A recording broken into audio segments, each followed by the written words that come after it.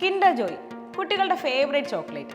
കടകളിൽ ഇരുന്ന് കുട്ടികളെ മാടി വിളിക്കുന്ന ഈ ഐറ്റം മാതാപിതാക്കളുടെ പേടി സ്വപ്നമാണ്. കിൻഡർ ജോയ് എങ്ങനെ ഇത്ര ഫേമസ് ആയി? കിൻഡർ ജോയും ന്യൂട്ടേലയും തമ്മിലുള്ള ബന്ധം എന്താണ്? Let's talk business.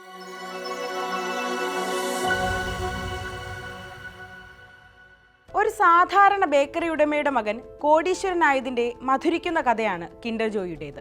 തുടക്കം അങ്ങ് ഇറ്റലിയിലാണ്. 1925 ഇറ്റലിയിലെ പീറ്റ് മൗണ്ടിൽ പിയേറയ്ക്കും പിയട്രോയ്ക്കും ഒരു കുഞ്ഞു ജനിച്ചു, മിക്കേല ഫെറേറോ. ആൽബ് എന്ന ചെറുപട്ടണത്തിൽ പിയട്രോ ഒരു ബേക്കറി നടത്തി വരികയായിരുന്നു. മികച്ചൊരു പേസ്ട്രി ഷെഫായ പിയട്രോയ്ക്ക് രണ്ടാം ലോക മഹായുദ്ധം കരിനിഴലാകുമോ എന്ന് ഭയമായി. യുദ്ധത്തോടെ ഇറ്റലിയിൽ ചോക്ലേറ്റ് ഒരു ലക്ഷറി ഐറ്റമായി മാറിയിരുന്നു. വൻവിലയിൽ ചോക്ലേറ്റ് വാങ്ങുന്നതും ഉൽപ്പന്നങ്ങൾ ഉണ്ടാക്കുന്നതും വെല്ലുവിളിയായി. പിയട്രോയുടെ സഹോദരൻ ജിയോവനിയാണ് ചോക്ലേറ്റിനൊരു ബദൽ കണ്ടെത്തിക്കൂടെ എന്ന് ചോദിച്ചത്. പിന്നീട് അതിന്റെ ഗവേഷണത്തിലായി പിയട്രോ. ഹേസൽനട്ട്, ബട്ടർ, കുറച്ചുമാത്രം കൊക്കോ ഇവ ചേർത്ത് ഒരു പ്രത്യേക മിശ്രിതം പിയട്രോ വികസിപ്പിച്ചു. രുചിയിൽ വമ്പൻ. അങ്ങനെ പിയട്രോ ജെൻഡൂയ എന്ന പേരിൽ ഒരു ചോക്ലേറ്റ് ബാർ വിപണിയിലിറക്കി. 1946 സഹോദരൻ ജിയോവനിയുമായി ചേർന്ന് ഫെറേറോ എന്ന പേരിൽ ഒരു കമ്പനി തുടങ്ങി. എന്നാൽ 51-ാം വയസ്സിൽ പിയട്രോ മരിച്ചു. ഇതോടെ മകൻ മിക്കേല അമ്മാവൻ ജിയോവനിയുമായി ചേർന്ന് കമ്പനിയുടെ ഉത്തരവാദിത്വങ്ങൾ നോക്കി നടത്തി.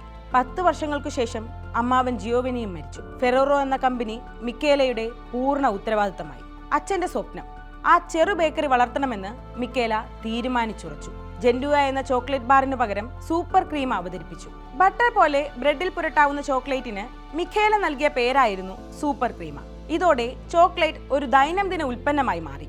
ചോക്ലേറ്റ് കഷ്ണത്തേക്കാൾ ബ്രെഡിനൊപ്പം പുരട്ടി കഴിക്കാവുന്ന ക്രീമി ചോക്ലേറ്റ് ആളുകൾക്ക് ഇഷ്ടമായി. നല്ലൊരു പ്രഭാത ഭക്ഷണം എന്ന ഓപ്ഷനായി സൂപ്പർ ക്രീമ. ചെറു കുപ്പികളിലായിരുന്നു സൂപ്പർ ക്രീമ വിറ്റത്. വാങ്ങുന്നവർക്ക് ചോക്ലേറ്റ് തീർന്നാലും കുപ്പി ഉപയോഗിക്കാം. മൊത്ത കച്ചവടക്കാർ വഴി വിതരണം ചെയ്യുന്നതിനു പകരം പ്രതിനിധികൾ നേരിട്ട് സ്റ്റോറുകളിലേക്ക് പോയി സൂപ്പർ ക്രീമ നൽകി. ഇതുവഴി വില കുറച്ച് വിൽക്കാനും കഴിഞ്ഞു. ഉപഭോക്താക്കളുടെ മനസ്സിലാകട്ടെ സൂപ്പർ ക്രീമ ഹിറ്റായി.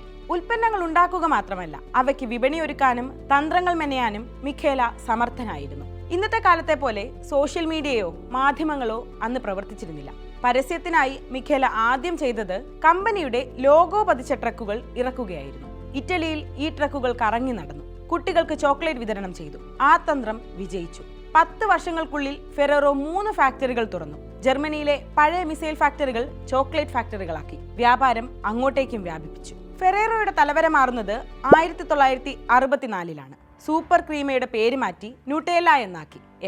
ഇന്നത്തെ ഹിറ്റ് ചോക്ലേറ്റ് സ്പ്രെഡ്. കുട്ടികൾ മുതൽ മുതിർന്നവർ വരെ ഉപയോഗിക്കുന്ന, ഇഷ്ടപ്പെടുന്ന ന്യൂട്ടേല. അതുതന്നെയാണ് ന്യൂട്ടേലയുടെ വിജയവും. പ്രായപരിധിയില്ല. മിക്ക ഏജ് ഗ്രൂപ്പുകളിലുള്ളവരും ഉപഭോക്താക്കളാണ്. അതുമല്ല, സ്പ്രെഡായി മാത്രമല്ല ന്യൂട്ടേല ഉപയോഗിക്കുന്നത്, മറ്റ് പല റെസിപ്പികളിലും ഒരു ചേരുവയായി ഉപയോഗിക്കാനും പറ്റും. ദൈനംദിന ജീവിതത്തിൽ ന്യൂട്ടേല പലതരത്തിൽ ഉപയോഗിച്ചു തുടങ്ങി. വിൽപ്പന കുത്തനെ കൂടി. അതിനുശേഷം 1968 കുട്ടികൾക്കായി കിൻഡർ പുറത്തിറക്കി. പക്ഷേ അത് ഇന്ന് കാണുന്ന പോലെ ആയിരുന്നില്ല. ഒരു ചോക്ലേറ്റ് ബാർ ആയിരുന്നു. 1969 ടിക് ടാക് അവതരിപ്പിച്ചു. അതെ, ഇവിടെ പ്രചാരത്തിലുള്ള ടിക് ടാക് ഫെറേറോയുടെ ഒരു ഉൽപ്പന്നമാണ്. 1974 മിക്കേല കിൻഡർ സർപ്രൈസ് ഇറക്കി. കുട്ടികൾക്കിടയിൽ കിൻഡർ വമ്പൻ ഹിറ്റായി. കളിപ്പാട്ടം അകത്തൊളിപ്പിച്ചും കണ്ടാലേ കൗതുകം തോന്നുന്ന തരത്തിൽ ഒരു മുട്ടയുടെ ആകൃതി കൊടുത്തതുമെല്ലാം വെന്നിക്കൊടി പാറിച്ച മാർക്കറ്റിംഗ് തന്ത്രങ്ങൾ, അഥവാ ഒരു ബിസിനസ്സുകാരന്റെ കാഞ്ഞ ബുദ്ധി. ഇന്നും കിൻഡർ നമ്മുടെ വിപണി അടക്കി ഭരിക്കുന്നു. ഇനിയാണ് ഫെറേറോയുടെ പ്രീമിയം ചോക്ലേറ്റ് പിറക്കുന്നത്. അതിനുമുണ്ടൊരു കഥ. മിക്കേല ഒരു വിശ്വാസിയായിരുന്നു. ഇടയ്ക്കിടയ്ക്ക് തീർത്ഥാടനം ചെയ്യാറുള്ള മിക്കേല ഫ്രാൻസ് ലൂർദിലെ റോഷർ ഡെ മെസബൽ എന്ന സ്ഥലത്തേക്ക് പോയിരുന്നു. അവിടെ ഒരു ഗുഹയിലെ കന്യാമറിയത്തിന്റെ ഗ്രോട്ടോ അഥവാ കപ്പേള പ്രചോദനമായി. 1979 പുതിയൊരു ചോക്ലേറ്റ് മിക്കേല പുറത്തിറക്കി, ഫെറേറോ റോഷെ. 3 ലെയറുകളിലായുള്ള മധുരപ്പൊതി. ന്യൂട്ടേലയിൽ മുക്കിയ ഹേസൽനട്ടിനെ ചോക്ലേറ്റ് വേഫർ ഷെൽ കൊണ്ട് പൊതിയുന്നു. അതിനു മുകളിൽ വറുത്ത ഹേസൽനട്ട്. ഒരു സ്വർണ്ണ പേപ്പറിൽ ഇത് പൊതിഞ്ഞെടുക്കുന്നു. രുചിയിലും ലുക്കിലും ഫീലിലും എന്നും മുന്നിലുള്ള ഫെറേറോ റോഷെ. പകരം വെക്കാൻ ഒന്നുമില്ലാതെ ഫെറേറോ വളർന്നു. പല പ്രോഡക്റ്റുകൾ, എല്ലാം വ്യത്യസ്തം.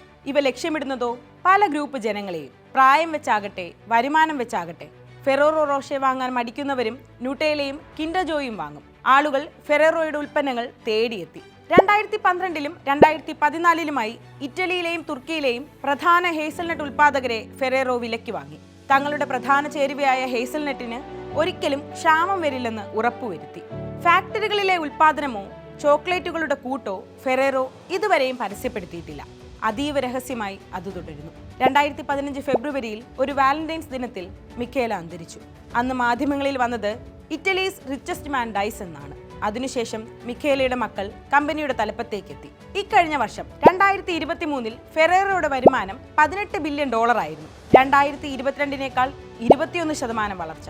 ഒരു ബേക്കറിയിൽ തുടങ്ങിയ ഫെറേറോ ഒരു തിരിഞ്ഞുനോട്ടമില്ലാതെ ഇന്ന് 170-ലധികം രാജ്യങ്ങളിലായി കുതിക്കുകയാണ്. ചോക്ലേറ്റ് ഇറക്കുമതി ചെയ്യാനുള്ള പണമില്ലാതിരുന്ന കാലത്തുനിന്ന് ലോകത്തെ മധുരം കഴിപ്പിക്കുന്ന ഭീമൻ കമ്പനിയായി ഫെറേറോ.